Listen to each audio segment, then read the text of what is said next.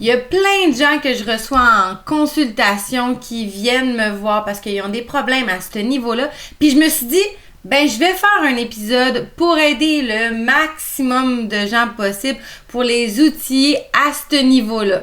Donc aujourd'hui, je te parle de communication bienveillante et de langage non verbal. Salut, mon nom c'est Stéphanie Frédéric, je suis consultante en entreprise et individuelle.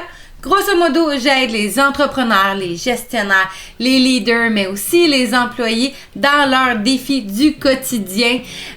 Mon objectif, c'est de vulgariser certains concepts du monde des affaires pour toi. J'espère vraiment que ma chaîne va t'outiller. Bonne écoute!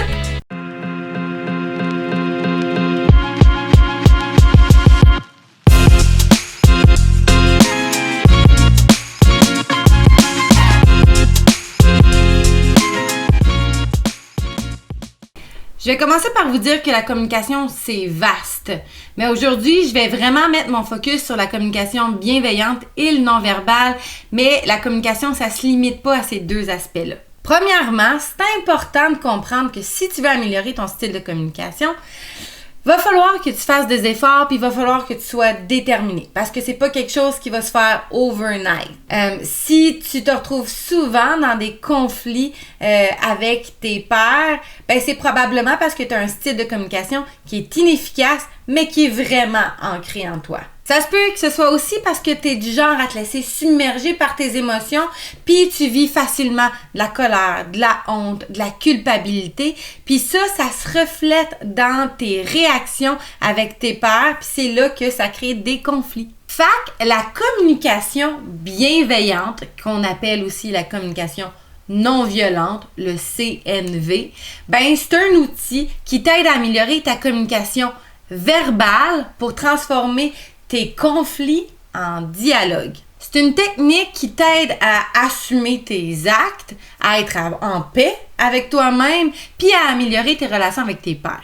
Bref, la communication bienveillante, c'est un outil qui est vraiment aidant pour les personnes qui se laissent facilement submerger par leurs émotions, mais aussi pour les personnes qui occupent un poste de leadership, les dirigeants d'entreprise, des profs, des professionnels de la santé, les gens qui doivent négocier, les parents, les éducateurs, toutes les gens qui sont dans une position d'autorité, un policier, un ambulancier, bref, tous ceux qui doivent faire face à des potentiels conflits et qui veulent les prévenir. Et comme le Charles Rosenberg dirait, tout conflit est l'expression d'un besoin insatisfait. Je suis tellement philosophe, à vous. OK, là, je vais te pitcher une belle théorie qui va t'expliquer c'est quoi la technique. Puis après ça, inquiète-toi pas, je vais te donner du concret pour que tu puisses te situer puis que tu puisses comprendre comment tu peux l'appliquer pour toi dans ton quotidien, dans tes relations interpersonnelles. Parce que la théorie, c'est tout le temps bien intéressant, mais concrètement, on veut savoir comment on l'applique. Fait que je commence avec la théorie, mais reste là. Donc, la technique de la communication bienveillante se base sur 4 principes fondamentaux qu'on peut retrouver dans l'acronyme OSBD. Donc, observation, sentiment, besoin et demande. Grosso modo, cette technique-là te demande d'être à l'écoute de toi-même avant de pouvoir d'être à l'écoute de l'autre. Puis c'est pour ça que je te disais qu'il va falloir que tu sois déterminé puis que tu mettes des efforts. Parce qu'aller voir en dedans de soi, là, c'est pas facile. Mais ça va te permettre d'être authentique puis d'être disponible pour accueillir l'autre de façon empathique. Donc le O pour observation, ça signifie que tu dois baser tes observations sur des faits sans porter de jugement. Donc, qu'est-ce que tu as vu? Qu'est-ce que tu as entendu de façon rationnelle et non subjective? À cette étape-ci, ça se peut que tu aies l'impression de parler au-dessus parce que tu nommes un fait. Mais si tu as pris la bouteille d'eau et tu l'as déplacée, c'est un fait. Tu restes dans le rationnel, non subjectif, c'est ça qui est arrivé. Mais si, par exemple, tu dis Joanie m'a fait mention que tu as bougé la bouteille d'eau, là, t'es plus dans le non-subjectif, t'es plus dans des faits parce que tu le sais pas c'est quoi qui est arrivé. Donc, tu me suis-tu, là, jusqu'à maintenant, là? Parce que je dois passer au S, là. Le S, ça signifie que tu dois nommer c'est quoi ton sentiment par rapport à la situation, par rapport à ce que tu vis dans la situation. Et c'est là que tu dois nommer les sentiments que ça te fait vivre en parlant au « je ». Est-ce que la situation te fait vivre de la colère, de la tristesse, de l'impuissance? C'est ça qu'il faut que tu réussisses à nommer. Le B, ça signifie qu'il faut que tu exprimes c'est quoi ton besoin en lien avec la situation pour éliminer ton irritant ou ton émotion négative, si on peut dire. Donc, c'est une étape qui peut paraître extrêmement simple, mais c'est vraiment pas si simple que ça d'identifier ton besoin. Il faut vraiment que tu ailles à l'intérieur de toi et te dire, bon, mais ça l'évoque quoi en moi? Est-ce que tu as besoin d'amour? Est-ce que tu as besoin de reconnaissance? Est-ce que tu as besoin d'estime, de réalisation de toi? Qu'est-ce que tu as besoin? Ça paraît simple, hein? Cette étape-là, dans les 4, c'est la plus difficile parce que souvent, on a fuck all l'idée de c'est quoi qu'on a besoin. Donc, il faut prendre du temps pour aller voir qu'est-ce qui se passe là. Et finalement, D, il faut que tu formules ta demande. Donc, c'est quoi que tu t'attends de l'autre? Il faut que ta demande soit positive, claire. Il faut qu'elle soit concrète, réaliste, naturellement. Mais il faut surtout qu'elle soit sans exigence. Ça veut dire que ça se peut que la personne te dise oui ou non. Et c'est un peu l'objectif. Il ne faut pas que tu t'attendes à un oui ou à un non. Get it? Got it? Got it? Got it? Hein? Bilingual, la fille, hein? Got it? Get it? Hein? Mais là, on est rendu à l'étape que tu te dis, ouf, c'est tellement beau cette belle théorie-là, ma Steph, ça a l'air tellement simple, mais j'ai fuck all l'idée de comment l'appliquer encore. Fait que, donne-moi du concret et je suis rendue là. Pour appliquer la technique de la communication bienveillante aujourd'hui, je vais utiliser un extrait d'un défi problématique qui m'a été soumis via mon Linktree. Donc, le lien est dans ma description. Grosso modo, si c'est la première fois que tu m'écoutes ou que tu me vois, le défi problématique, c'est un formulaire que les gens peuvent aller remplir sur mes différentes plateformes et en me fournissant des problématiques, que ce soit des problématiques professionnelles, personnelles, et je réponds avec une vidéo en fournissant des outils pour les aider à passer à travers cette problématique-là. Donc, si ça t'intéresse, tu peux aller remplir le lien et c'est à partir de ça aujourd'hui que je vais me baser pour le fameux OSBD. Dans l'extrait d'aujourd'hui, j'ai aucune idée de comment que la personne qui m'a écrit se sent dans la situation. J'ai pas été témoin de quoi que ce soit. Je ne connais pas la personne. C'est soumis de façon anonyme. Donc, c'est vraiment des présomptions que je vais utiliser pour utiliser la communication bienveillante. Alors, voici l'extrait. Ma gérante est très souple aux lèvres. Il n'y a pas moyen de faire des blagues sans qu'elle soit insultée. Elle parle aussi toujours très fort et surtout beaucoup. Lorsqu'on essaie de placer un mot, elle hausse le ton pour qu'on écoute seulement qu'elle. Comment puis-je gérer ce genre de tempérament en étant son assistante gérante?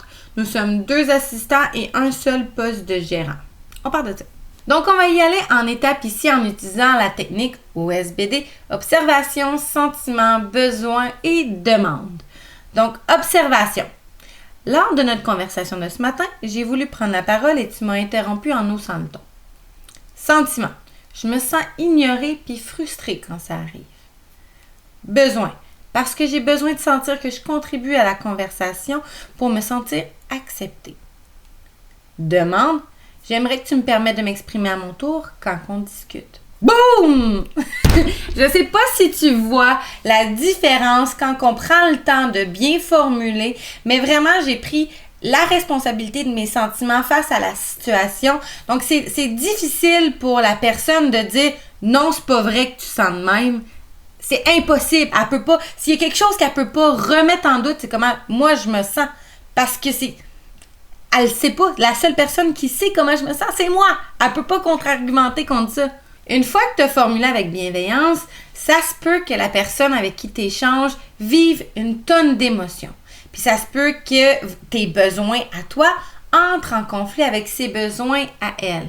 Mais garde en tête que ces émotions à elle ne t'appartiennent pas au même titre que tes émotions à toi ne lui appartiennent pas.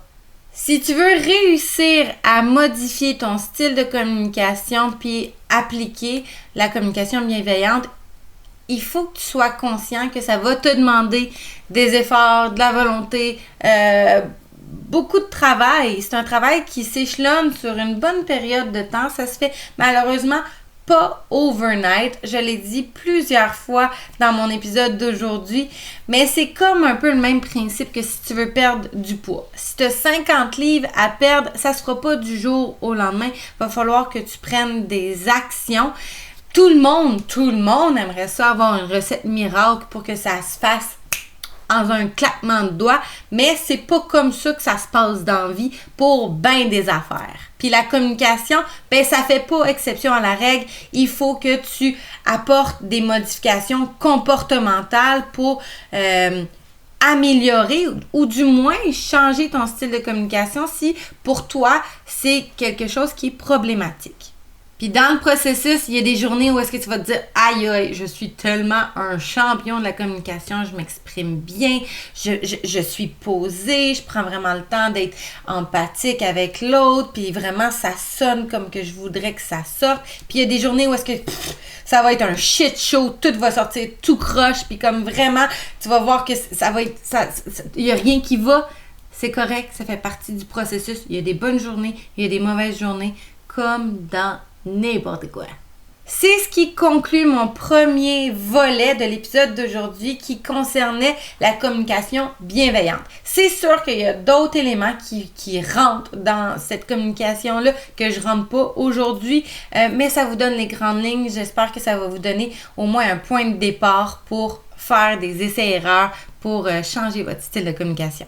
Mon deuxième volet aujourd'hui, c'est le non-verbal. Parce que je peux pas te parler de communication sans aborder le non-verbal, parce que si ton non-verbal est en contradiction avec ton verbal, ben tu peux pas vraiment rentrer dans une communication qui est réellement bienveillante. Mais c'est quoi la communication non-verbale? Ben ça inclut les expressions de ton visage, ton regard, le contact visuel que tu as, tes gestes, ta posture. Je vais faire attention à ma posture. Tes touchés, tes silences, ton habillement, ta coiffure, ton maquillage, ton odeur, la distance interpersonnelle que tu gardes avec les gens. Mais ça peut être aussi dans ton thème de voix, le ton que tu utilises, le volume que tu utilises aussi. Donc, ton débit aussi. Ça fait toute partie du langage non-verbal. Puis si on se fie à la règle des 3 V de Mehrabian, j'ai de la misère à le prononcer, qui concerne le langage verbal, vocal et visuel, 93% de notre communication passerait par le non-verbal. Donc, c'est pour dire que c'est comme essentiel d'en prendre conscience. Puis le non-verbal, ben c'est vraiment complexe parce qu'il y a une grande partie qui se fait de façon inconsciente, involontaire puis incontrôlée. Puis là tu te dis, ben là c'est inconscient, involontaire puis incontrôlé, je peux rien faire pour changer mon non-verbal. Ben là, c'est ça. Je vais te fournir quelques outils aujourd'hui pour t'aider et à t'accompagner dans certaines affaires que tu peux contrôler de façon consciente. Un des aspects que tu peux apprendre à contrôler dans le non-verbal, c'est le paralangage. Puis là, pas tout du paralangage, mais certains éléments. Le paralangage, c'est quoi? C'est ton thème de voix, ton débit, ton volume, puis le ton que tu utilises. Au niveau du thème de voix, ben on s'entend que ça fait partie des choses que tu peux pas contrôler. T'es né avec ça. Puis c'est ça qui fait que t'es une personne qui est unique. Je peux pas imiter la voix de John Travolta si ça me tente, là. C'est physiquement impossible pour tous les humains de la Terre. Donc, il n'y a pas de miracle que tu peux faire à ce niveau-là. It is what it is! Ton débit, ça, par exemple, c'est quelque chose que tu peux améliorer et contrôler à un certain niveau. Toujours. Mais ça, tu peux faire de quoi? Si tu as tendance à parler super vite quand tu es stressé parce que tu perds le contrôle, ben il y a des exercices de respiration que tu peux faire pour t'aider à apprendre à respirer. Il y a une tonne d'applications que tu sois iPhone, Android, sur ton ordinateur, peu importe ce que tu veux faire, il y a une tonne d'applications de cohérence cardiaque qui te permet de pratiquer ta respiration. Et si tu le fais sur une base quotidienne, en fait, ça va non seulement t'aider à gérer ton débit, mais c'est un outil extraordinaire pour gérer ton stress. Donc, après un certain moment, ça devient même un automatisme de bien respirer. Donc, si tu es stressé facilement, cohérence cardiaque. Un autre truc pour contrôler ton débit, c'est de faire de la lecture à voix haute. Puis là, je sais que ça sonne vraiment bizarre, mais ça te permet d'apprendre à parler sans être essoufflé et à faire des pauses au bon moment à cause de la ponctuation. Donc, ça te permet de bien gérer tes temps. Une autre chose que tu peux contrôler dans le paralangage, c'est le volume que tu utilises quand tu parles à quelqu'un ou à plusieurs personnes.